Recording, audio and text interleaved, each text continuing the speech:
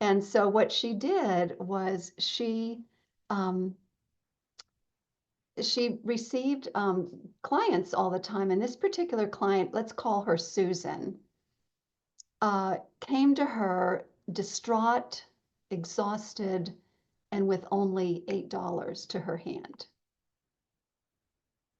in her hands. And so Florence took a moment of silence, listened within, and this is what she said. She said, "Good. We'll bless the $8 and then multiply them, just as Jesus Christ multiplied the loaves and fishes. For after all, he taught that everyone has the power to bless and to multiply, to heal, and to prosper." So with that in mind, the woman said, "Okay, so what'll I do next?" To which Florence said, "Follow intuition." And she reminded the woman that intuition means to be taught from within. That is our inner teacher, our intuition. Do you have a hunch for anything that you're supposed to do, or do you have a hunch as to where you're supposed to go? And so the woman thought for a moment. She listened within and she said, "I seem to have a hunch to go home. I have just enough money in car fare to get there." And just, for your information, this woman's home was in a very far distant place. And of course, this is back in the 1920s. So $8 could get her home. The thing about her hometown, though, is it was basically what people would call, with looking through their eyes, as a place of impoverishment. So here she was leaving New York City, and the reasoning mind would say, "Oh, stay in New York City, get a job, and make some money here." But her intuition was telling her to go home. So Florence responded to her, "Okay, then follow your hunch and go home," which the woman did. She left for home. When she was there, she met a friend of the family. And through this friend of the family, she was given thousands of dollars in a most miraculous way. This is a true story, my friends. So then Susan said uh, to Florence quite often, whenever she'd connect with her, she said, "Tell people about the woman who came to you with $8 and a hunch." So while the infinite spirit, the infinite possibility and potentiality is available to all of us, we must take some action in consciousness, speaking words of truth, such as Florence did, listening for guidance, taking action. So may the story inspire you in your own life. And let me now move to another story, a story that's probably, I'm knowing, is far more familiar to all of you. And it is a story of abundance. It's a teaching story of abundance. And it's a story about Jesus, the master teacher, who was speaking to a multitude, they say 5,000 plus people.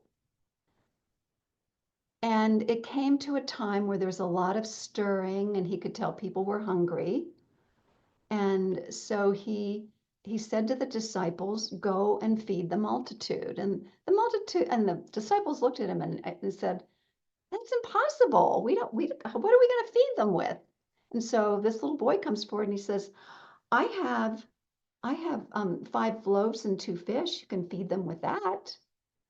And so remember the magic of a child. Maybe you can even remember back to your own childhood, where everything seemed magical and everything seemed possible and miracles happened all the time. That childlike faith that we call the faith of God. So what did Jesus do? He and this child joined together in faith. He raised the fishes and the loaves up, blessed them, gave thanks for them, broke them up, gave it to the disciples, and said to the disciples, now go and feed the people. So the disciples decided to break everybody up into groups of 50. And so the next thing that happened is what happens at all of our potlucks. Everybody shared. Everybody inspired by what Jesus, that beautiful prayer of faith of Jesus, shared with one another. And there was not only enough food for everyone to eat, there was food that was left over. What a beautiful story of abundance, of faith and trust, the faith of the child, the faith of God is what we call it, not the faith in God, the faith of God, that full-bodied faith that all is well, that full-bodied faith in the power of the word to mold energy and produce the manifest form of whatever you're praying for. So think about this full-bodied faith. It actually is something that is beyond that trance of scarcity that sort of takes over us as we get older, where we start seeing and thinking in terms of lack. So it really is about breaking the patterns of that consciousness, that tendency to look at the appearances and say, oh, there's not enough, and realizing that our perception is simply being clouded by false thinking, by the idea of lack. And so as we begin to use spiritual principles, the power of our word, and these beautiful principles that Jesus taught, and that are not only universal principles that he taught, they're found in the other world religions. But his particular flavor of it was know the truth, and the truth shall set you free. Why? Why is knowing the truth going to set us free?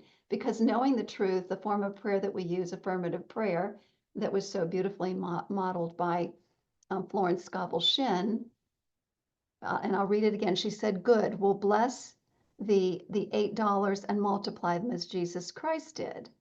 She said, infinite spirit is opening the way for great abundance for Susan. She is an irresistible magnet for all that belongs to her by divine right. So that prayer, that affirmative prayer, is providing a mold for energy to take form. We have that power within us. It's an enormous power. And every time we speak the truth that we are, that all there is abundance, that is the nature of the divine, we are surrounded by and filled with an invisible realm of invisible realm of infinite possibility and infinite potentiality. We have access to ideas, solutions that can take form and prosper our lives and support the prospering of other lives as well. So all were fed. All were fed. And so let's revisit the first thing that Jesus started with. What was it? He gave thanks. The power of thanksgiving. That is the key spiritual practice if you want to expand your abundance consciousness. Find someone. I have two partners that I do gratitude lists with.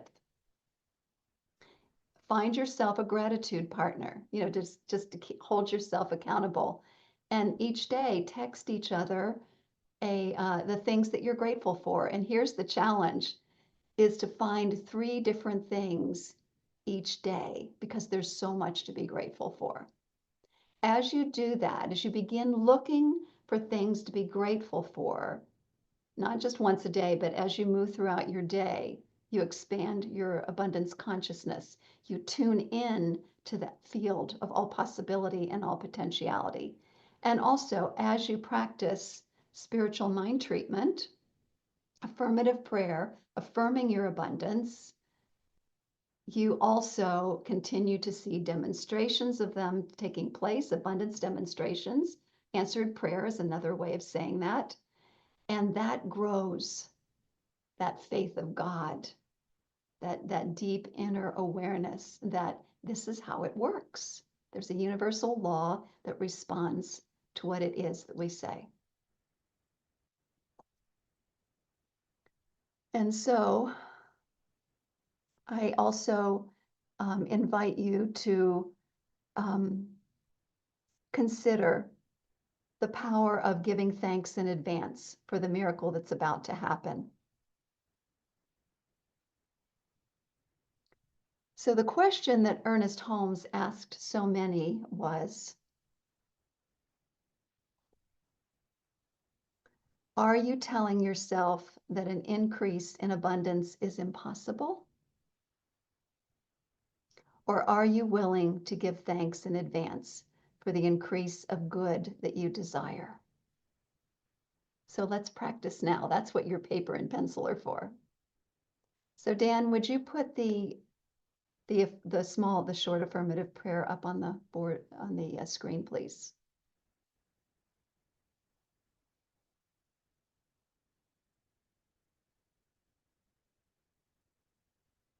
And there it is. So this is the prayer that's turned around and in first person for you that was used by Florence Scovel Shinn for the woman that had the beautiful abundance demonstration. So I invite you to write that down for yourself. Infinite Spirit is opening the way for great abundance for me. I am an irresistible magnet for all that belongs to me by divine right. Then underneath that, add to it, I now accept.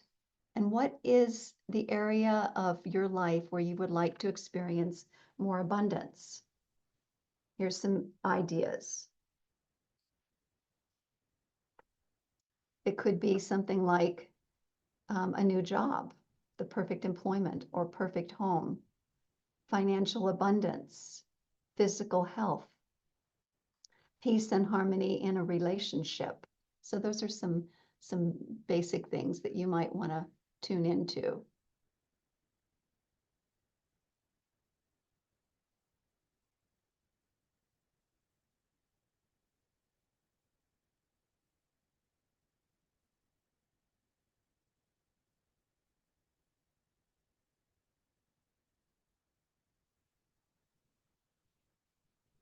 And I'll know you're ready when your heads are up.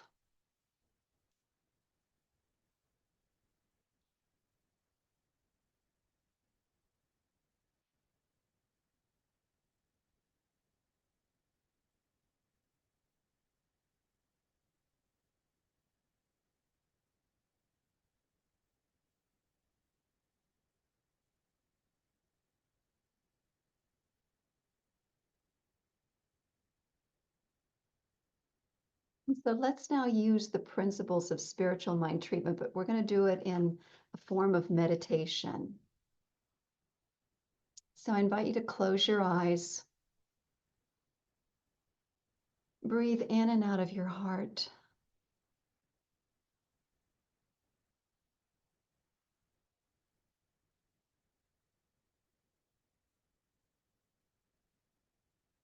And dropping beneath this physical world into the realm of infinite possibility and infinite potentiality.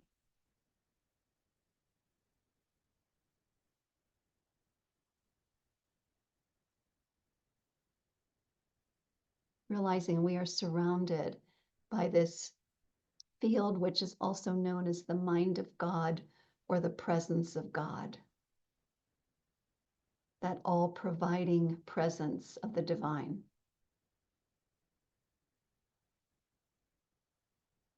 And we are inlets and outlets of that field of all possibility and all potentiality.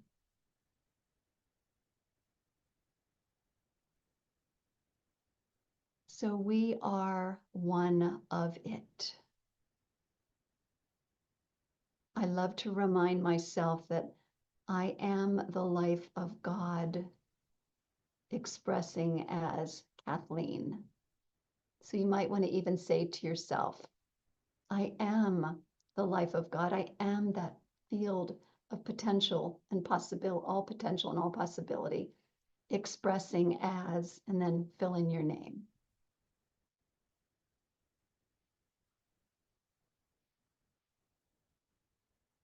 And tune in to the awareness that the five senses see just such a tiny part of what is truly in existence. There's so much more than what our five senses tell us is available to us. So we are tuning into this greater truth, this opportunity to tune in to the field of all possibility and all potentiality.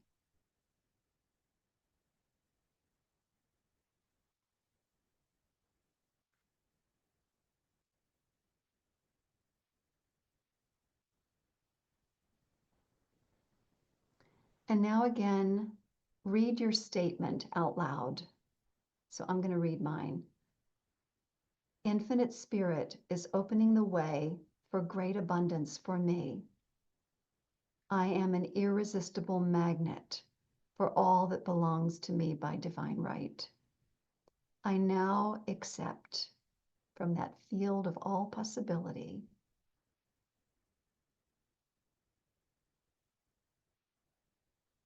and I'm going to say perfect harmony in all relationships.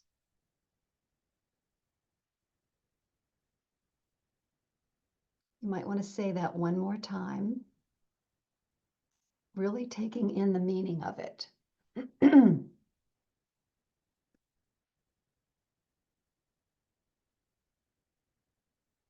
And now begin writing. This is what your journal is for. Just let spirit flow through your hand onto the paper, even if you don't know what you're going to write. Just start writing. Start writing any insights, any actions that you're supposed to take, allowing wisdom to flow through your hand and onto the paper.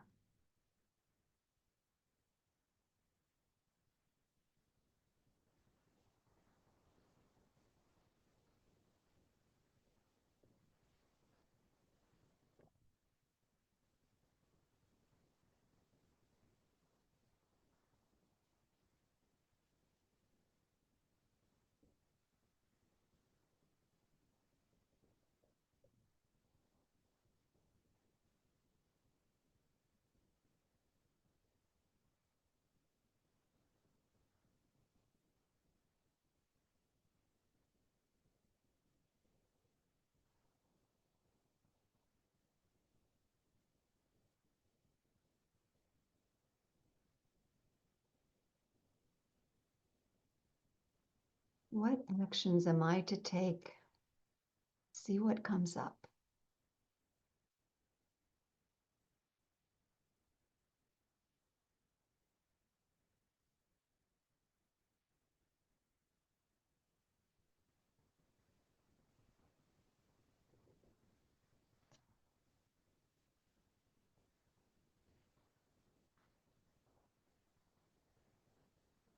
And when you're complete, give thanks.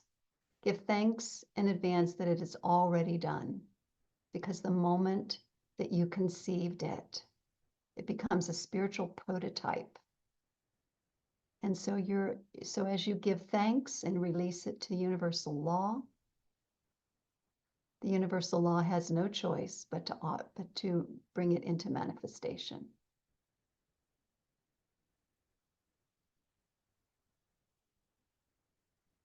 I'd like to end with this beautiful quote from Ernest Holmes from his radio show called This Thing Called Life. And it was a quote from his Thanksgiving show. He said, "Let us be as little children. It's natural for us to believe, to dance with joy and enter into the rhythm of life with happiness. And it is natural for us to expect the miracle of love to perform the act of kindness. There is an inner presence that responds to us. There is a law of good that works for us. There is a power that can rearrange all circumstances in our favor if we believe it can. So let us give thanks and live in that field of miracles. And so it is, my friends. Have a beautiful day. And so I'd like to again introduce our beloved Deb Chamberlain. Thank you, Reverend Kathleen.